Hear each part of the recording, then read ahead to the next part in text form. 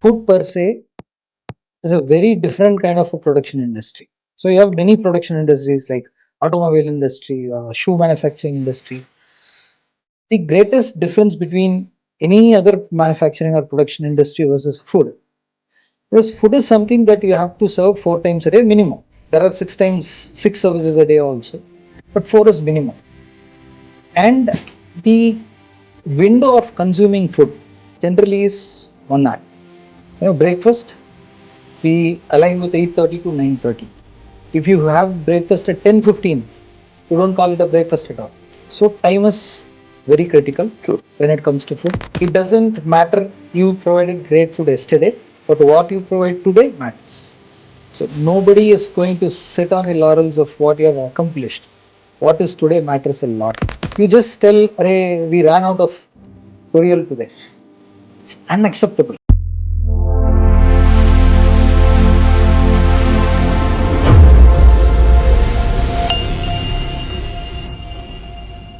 Hello, everybody. Welcome to Dexian Talks GCC Series in Chennai, an initiative by Dexian India that brings together accomplished leaders and industry experts to share their insights, experiences, and perspectives that inspire growth and innovation. It is my absolute pleasure to welcome today's host, Mr. Kumar Rajagopalan, Country Head and Vice President, Strategic Initiative at Dexian India. With an extensive leadership experience and a strong focus on driving strategic transformation, business excellence, and organizational growth, Mr. Kumar has been instrumental in shaping impactful initiatives that create value for businesses and professionals alike. Today, Mr. Kumar will be in conversation with Mr. Subramanian Suryanarayanan, fondly called as Subbu, CMD Focus Prism, a distinguished leader with more than 2 decades of experience in hospitality and food services industries. Together, they will explore Mr. Subramanian's leadership journey, his experiences in business transformation, and the role of technology in driving sustainable business value. With that note, Mr. Kumar Rajagopalan will take us through what promises to be an engaging and insightful conversation. Over to you, Kumar. Welcome, Mr. Subramanian. Thank you. Thanks for being part of the Dexian Talk. In fact, I've interviewed so many people, especially on the IT side of it. First time I'm interviewing somebody who is not related to IT, but has a lot to do with the IT. Thanks a lot for being part of this Dexian Talk. Kumar, this has been my privilege to be here as a part of Dexian Talks. So I'm more than excited to be part of this. Great. It's an interesting name also you have, Subramanian Suryanarayanan. I do not know how much you know the Indian mythological stories. So when Pandavas went for Vanvasa, it's like 12 years, 13 years. At that point of time, for them to get a feeding, Suryanarayan gave the Akshaya Patra, and for that to serve as many people. And there are a lot of stories, including Durvasa visited. And I see that right now, which is somebody who has built a huge Akshaya Patra, serving about 450,000 meals a day. Yes. Is that right? Yes. Okay. And heading towards 550 shortly. Wow. And across 18 states, right? Not just one place. Yes. 18 Across states. 18 states. We may add a couple of more states very soon. Okay. So we are on the map of breaching 20 very soon. Okay. And be it the Pandavas' time or today, the Almighty is the real reason for enabling us to provide to all. Great. And is any coincidence that they named you with the last name associated with Suryanarayana? Probably somebody predicted long back. And there couldn't be any coincidence as such. Okay. Suryanarayanan is my father's name. So, as we add his name as the last name. So it's my father who is Suryanarayanan, and incidentally I am in this space providing food. Okay, great. So, in fact, when I saw the details behind what you have done, it's about 500,000 plates which is coming out every day, serving so many people. It's such a, for me, it's such a miracle, because it's not it's easy to kind of monitor, and food is one critical factor. It's every minute which is important. Such a scale which has been built over a period of time. I know it's a lot of thoughts would have gone in. Maybe I will start with the first one. Why food? First thing, and the second important question which comes up, and I've been associated with you. You're fit. That's what I was telling. It's for us. Even looking at the food, 25 minutes, like we get a lot of weights everywhere. But associated with the food industry for 25 and odd years, still you're fit. So, which means there is something which must have, and keeping the smile in your face, a calmness which is out there, which possibly because like I know I've been doing a lot of meditation and things like that. So why food and how are you handling food is a question which comes obviously. Okay, so as you rightly mentioned, food per se is a very different kind of a production industry. So you have many production industries like automobile industry, shoe manufacturing industry. The greatest difference between any other manufacturing or production industry versus food is food is something that you have to serve 4 times a day minimum. There are 6 services a day also, but 4 is minimum. And the window of consuming food generally is 1 hour. Breakfast we align with 8:30 to 9:30. If you have breakfast at 10:15, you don't call it a breakfast at all. So time is very critical. True. When it comes to food. Then comes quality. Time is very critical. That too comes from Suryanarayanan, so it should always be. Yeah. Quality. It doesn't matter you provided great food yesterday, but what you provide today matters. So nobody is going to sit on the laurels of what you have accomplished. What is today matters a lot. You are being judged every day. Then comes the quantity. It's such an emotional space that you just tell, "Arey, we ran out of Purial today." It's unacceptable. Whether I like it or not is secondary. It appears to be a denial. No, I'm not served. I'm not seen in such a kind. So it's a very, very, very sensitive, high, ultra sensitive field it is. That is one part. Why food? I was born into a family who are hoteliers. My ancestors, both my grandfathers are hoteliers. Okay. So from my young age, I have been exposed. Mm-hmm. But incidentally, if you take my maternal grandfather, he had, as his descendants, as we call. Today we are about 58 of them. Okay. His children, their grandchildren, and great grandchildren all put together. I am the only one linked to food as of today. Oh, okay. While we have been descending from that space. Okay. So you can call it a divine play or the family members play. Okay. Because they were seeing that everyone are getting out of food. They pleaded that you be at least in this space. So that is one reason. Moreover, I never had any resistance to it as such. It is not that I never wanted to do. So to be really frank, I wasn't at that time passionate about it also. Okay. But one thing that was always driving me towards this was the pain that my grandfather underwent in running an establishment. We served great food. We were a landmark in our place. But I have seen both sides of customer reaction. Mm-hmm. People praising you a lot for the quality of food. And people cursing you for a delay. Not for the quality, but for a delay. Okay. And we have been penalized a number of times for mild delays. At one point of time, there was a doctor's conference. People were telling, it was like they were stumped by the food that was served that day. Finally, when it came to tea coffee, we were 10 minutes late, 10 to 12 minutes late. Okay. They started screaming like, abusing, why the hell do you run a catering business for that matter, if you are not able to serve this at a time. Ultimately, 25,000 rupees was cut during that function. I am talking about 1982. My goodness. Okay. 25,000 was big amount at that time. So my father was, worried. Okay, he slogged right from 2 a.m. for this, everything is fine. But he was telling, did I make money out of this or not? Yeah.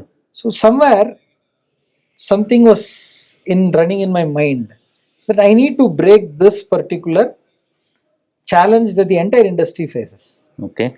So on one hand, I had that implanted right from my younger age. Okay.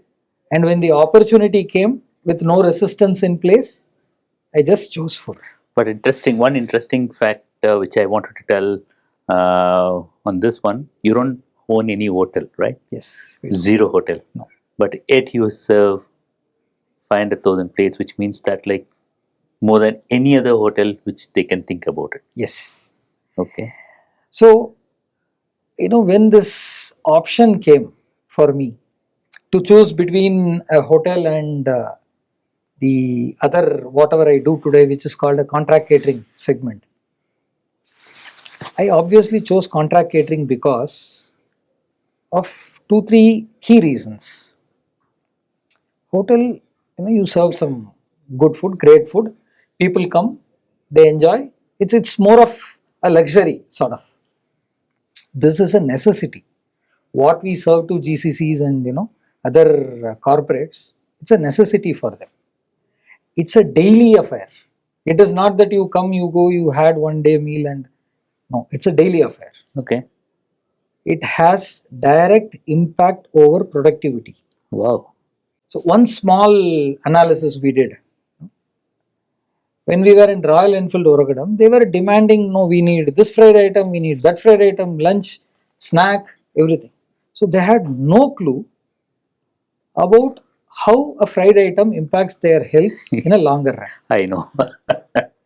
The WHO standard says not more than 20 to 30 ml of oil per day per person. That's right. And the consumption there was 110 ml. A good 3 to 4 times more than the norm. And it was not one-off case that on a Wednesday I served like this. This was the norm for throughout the week. So when we started getting into this, we found anybody, even be it corporate, GCs, they have no knowledge about how food can impact their productivity. True. It's not only productivity, it's like kind of the insurance which we pay for the medical insurance for this, like it also skyrockets. So everywhere, somewhere you have to control the food habits. Otherwise, it becomes too difficult to manage employee health, productivity, absenteeism, so many things. Exactly. Yeah. So this is one reason why you are seeing me a bit fit, because that awareness is there. And generally I believe we being fit, we being healthy, we being prosperous is not the purpose that we are here. Yes. We have to be concerned, equally concerned about anybody that we interact with, anybody we come across. So an opportunity to serve 500,000 meal cannot happen with owning a hotel. That's right. So that is when I shifted my entire focus to going for the mass production, which is commercially not so great. Somebody having a 30-40 outlet restaurant may be making better money than me. Okay. If that is the criteria. Okay. But enriching 500,000 people is a blessing that I see God has given me. Fantastic. And great. So you touched two important points here before we go into the business side of it, because this side people should understand about you than actually looking at the more profit oriented side. You touched 3 or 4 times. Food industry came to you, it's a divine, and I know you are a avid meditation practitioner too, and you train people also, and I know it's like been traveling with you is like most of the time I never seen you as like kind of even coming out with any anger moment or anything like that, just like calm, because in our industry is like kind of IT and things like that, it's not going to break every hour. So it happens once in a while, but for you every minute is important, because the food which you're serving, different locations, I think 110 locations in 18 to 20 states, is every time you have to maintain the quality, which means that the pressure will be there. I've seen even single hotel owner is like running crazy. Now you're relaxed, much more relaxed than anybody. In our part of the world, in India especially, we treat food as a divine, or food as the god, right? So with all these things, it's like enough. I just want to take a moment. How does, even for those who are eating, right? Like this may be a good advice. Meditation helps you to balance it out. So as you said, first thing, the entire calmness or whatever you see as my positives, I owe it to heartfulness, which I have been practicing for the last 32 years. And the guide who has been very benevolent enough to guide us, really guide us from a physical level. Not just that, then you are not put on a discourse or something, but you actually experience the innermost calmness, which slowly starts surfacing. Okay. So it starts from deep within you before you see it at the surface of what it is. Otherwise, you cannot have this consistency in your calmness. And this industry, especially, as you rightly pointed out, full of drama. Every day, it starts with 3 cook being absent, milk not arriving on time, the processing of vegetable not happening at time. It used to be, you can look at it 2 ways. If you are looking at it as a burden, it's a very big burden. But if you are looking at the lighter side, all are kids. So you need to do some creative things. So once we had this problem that in one particular unit there was a delay in vegetable processing. Is it part of? I think you every time talk about 34 factors. Is it part of the 34 factors? No. These are all outside of 34 factors. We'll come to the 34 then. So here what happens? 3 guys who are responsible for all aged about 25, 27. Getting up early at 2:30 is a big challenge for them. So there used to be always infighting. This guy hitting that. Physically they will get into this kind of ruckus. So what we did once, I just sat through and thought, what would really motivate them to do this? Then I said, every day one guy is responsible for deliverable. Okay. And that guy will get 50 pies per cut kg of vegetable if handed over at the right moment, which is 4 in the morning. So you give me 4 or before 4, you are entitled for 50 pies. So if this day belongs to you, the other day is yours, the other day is yours. So you, across you just plan it out. Monday and Thursday, Tuesday and Friday, and Wednesday and Saturday. This turned out to be a super hit move basically.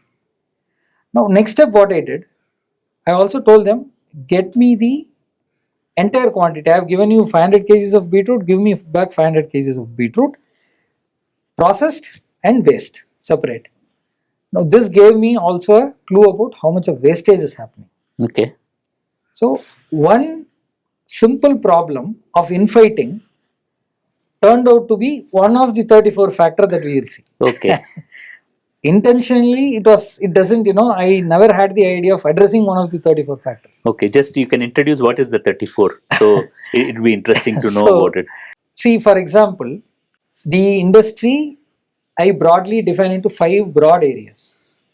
It is receiving of raw material, storage of it, issuing and processing, production, portioning, and actual sale. Yeah. These are broad 5 components.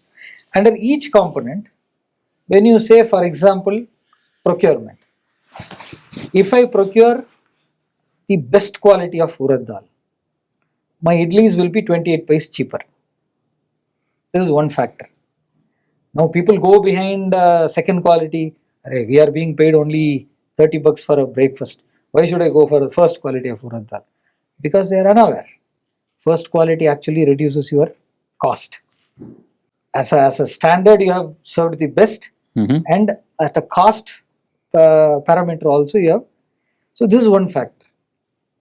Typically in any of the GCCs, if you see, you have a mix of male-female ratio. If you are not tracking them properly, obviously the consumption of female is far lesser than male. So when I plan for 1000 people, if it is 600-400, 60-40 ratio, and I cook all the 1000 assuming everyone is a male, you end up wasting a lot of food, which eventually hurts your cost also. That's right. A veg non-veg ratio. Can I safely, we can come back to that one, because when you said for a GCC, assuming if they are spending X amount of money with the proper provisioning, they can actually save about like 14 to 16% in the food cost. So generally, as per whatever I have assessed till now, that assessment doesn't fall under the 110 customer I have. I have worked with more than 200 caterers pan India as a consultant in the initial part of my journey. When I assessed everywhere, the food waste that falls into the bin as well as unserved contributes to something around 28%. Wow. Okay. 28% being the median. Okay. There are places which This is at 23, absolutely. 24. The GCCs look for savings everywhere. And this one saving which is there is like nobody even knows about it. Even I run a GCC, I don't know about it. So, one example I can give is Amex in Gurgaon. The agreement was, I was not the customer, I wasn't serving them. I was a consultant to a caterer who was serving them. But we were instrumental in getting the agreement changed because we showed them that in a month there was a 38,700 kgs of food waste in that premises. We are one of the 3 caterers serving there. So with one caterer, it was 38,700 kgs per month in that premises. Then they went into the root cause. Then I told them that the spread is too much. For a 3-hour, 4-hour window, you are having 37 different spreads, and you insist that everything should be available. That's not the way it works. We end up only wasting food. They agreed, and it got changed. Now it is running at a 400-500 kg food waste in a month. See, this is what precisely we want to achieve. Okay. So nobody is aware. Forget about GCC. You pick anybody for that matter.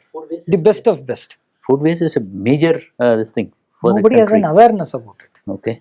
While we are all interested to make sure that like Atiti Devo Bhava, we want to serve people, fill their stomach. I am absolutely fine with it. But being unaware of how much you are wasting is a social crime, That's right. according to me. That's right. That is what keeps motivating me to add more number of services by my own self than being a consultant with somebody else. Okay. Back to that beetroot story. Yeah. What happened after that? So finally, what we found out is the ideal target of processing of beetroot, the wastage should be around 5.5%, 6%, 7% at the max. You buy small beetroots, the wastage will be high. By bigger ones, the wastages are less. This is one factor.